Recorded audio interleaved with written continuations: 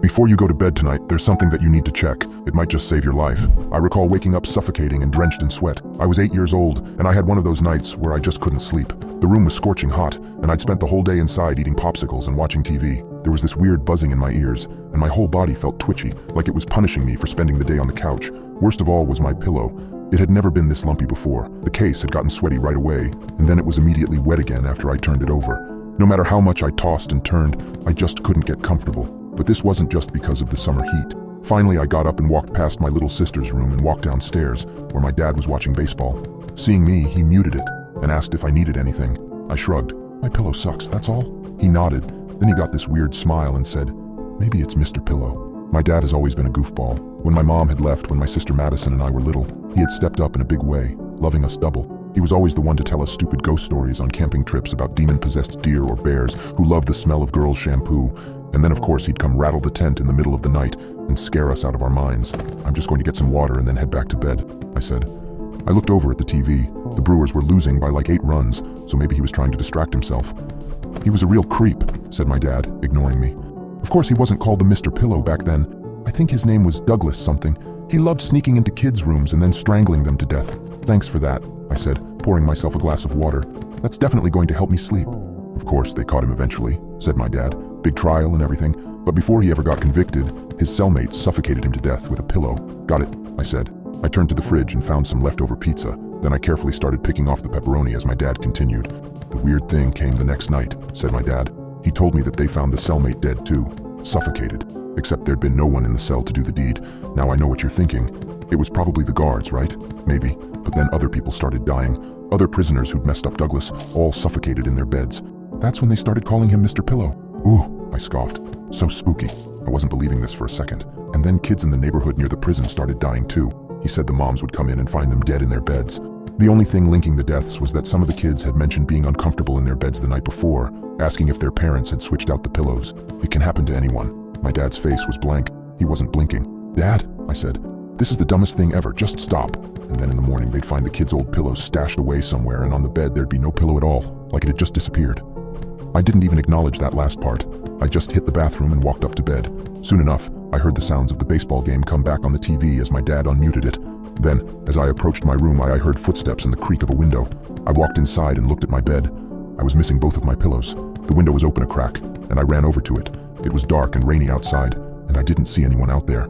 Finally, I closed the window, making sure it was locked tight. "Dad," I called out. "This isn't funny."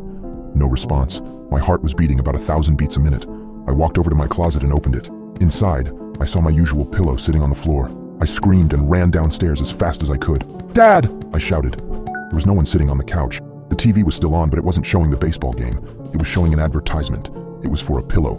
It would fold up with a piece of Velcro, and the kids were able to hug the pillow. It was called Mr. Pillow. I was shaking. I didn't know what to do. When the advertisement started to finish, it cut to a distorted, dark room. Children were lying on their Mr. Pillows face down. Each one was covered in blood from head to toe. I backed away from the TV. Sweat was building on my hands. One kid cried out in a blood-curdling scream, and a man in all black walked over to her and pushed her head further down into the pillow. Silence. The TV turned off, and the house went silent. "Dad! Dad, where are you?" No response. There was a ring at the doorbell. I knew I wasn't going to open that, but I simply took a peek through the blinds. It was a Mr. Pillow, lying there on my welcome mat. I ran to the other side of the house. Tears were falling down my face. I ran to my parents' bedroom. Dad, please stop with all this." My dad was lying on his bed, face down. His face was smothered by a Mr. Pillow. I slowly walked up to him, my legs trembling as I took each step.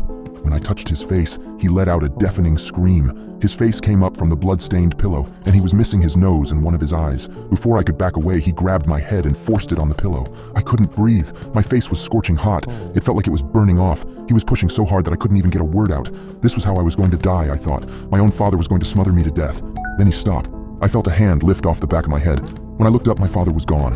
When I walked back to the living room, he was sitting there watching the baseball game. I was so confused. Had I just imagined all of this? I couldn't have. I was still recovering from my lack of airflow, and my face still felt hot. My father's head was turned away from me as he motioned his hand for me to come to him. "Come sit down, honey." I was skeptical, but I slowly followed. "I want to teach you a bit about baseball. You see the batter here? He swung at 2 balls that are within the square. If he gets the 3rd strike, he goes to sleep." "Goes to sleep?" I asked. "Yes. He won't wake up." The batter was missing a nose and an eye. By the time I had walked up to the couch, I saw my father's face. He still had the same horrifying, deformed face. I backed away. He stood up and I stumbled to my knees. Everyone needs to sleep at some point. You can't stay awake forever. I managed to bring myself to my feet just before he lunged at me. I dove under his legs, and he fell into the wall behind me.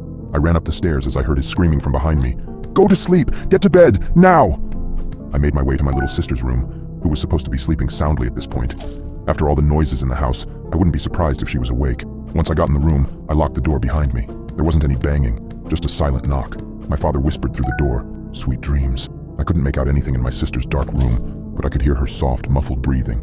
She was still asleep. "Madison, Madison." I followed the direction of the breathing. I made my way to her bed. The breathing sounded muffled. It was sporadic and there was no smooth rhythm to it. I reached my hand out and felt her face. She let out an ear-splitting scream, and her entire body jolted awake. She dug her fingernails into my head and pushed it to the pillow. It was a force that was impossible for a 4-year-old girl. She buried my face in the pillow. It was the same as what my father did to me. I couldn't breathe. I couldn't speak. The sharp nails of my sister kept digging into the back of my head. I swung my arms around, trying to grab her and get her off me. No matter where I pushed her, her nails stayed put. They didn't leave my head. The burning sensation came back. I felt my face burning off to a crisp. This was my fate. My baby sister was going to suffocate me to death. My playful, loving, beautiful little sister. My sister let out a whisper, and it sounded like blood was filling her lungs. "Go to sleep." I was losing consciousness. No air was getting to my lungs. I couldn't see anything aside from the empty void of what I assumed to be a pillow. Mr. Pillow. The force on my head lightened. I felt my sister's nails leave my skull. The feeling of blood dripping down my scalp subsided. I was able to move again. I lifted my head up from the pillow, but I wasn't in my sister's room anymore. It was no longer dark. I was in my own room. The sun was shining through the blinds. Wind was blowing through the crack of my open window, but my pillows felt different. They weren't soft. They were fuzzy. They were Mr. Pillows. I heard my dad calling for me from downstairs. "Honey, breakfast is ready." Maybe my dad got me new pillows. Maybe this was my gift. Maybe it was all a bad dream. I dreamt all of this. I'm sure of it. "Be down in a sec, Dad." I was in a hurry to rush downstairs. It was Sunday. Dad always makes pancakes on Sunday. I threw on some new clothes and splashed some water on my face. Now it might have been me still waking up or have been in a hurry to run downstairs, but I could have sworn my face looked funny. My nose looked different, and my left eye looked odd. It was a long night. I think I'm going to let my dad know that I don't like the new pillows that he gave me. So do me a favor. Take a look at your pillows. Make sure they're the right ones. Make sure they're not hot, but cold. Make sure they're not fuzzy, but smooth. Make sure your room isn't too hot. Make sure you won't suffocate to death while sleeping.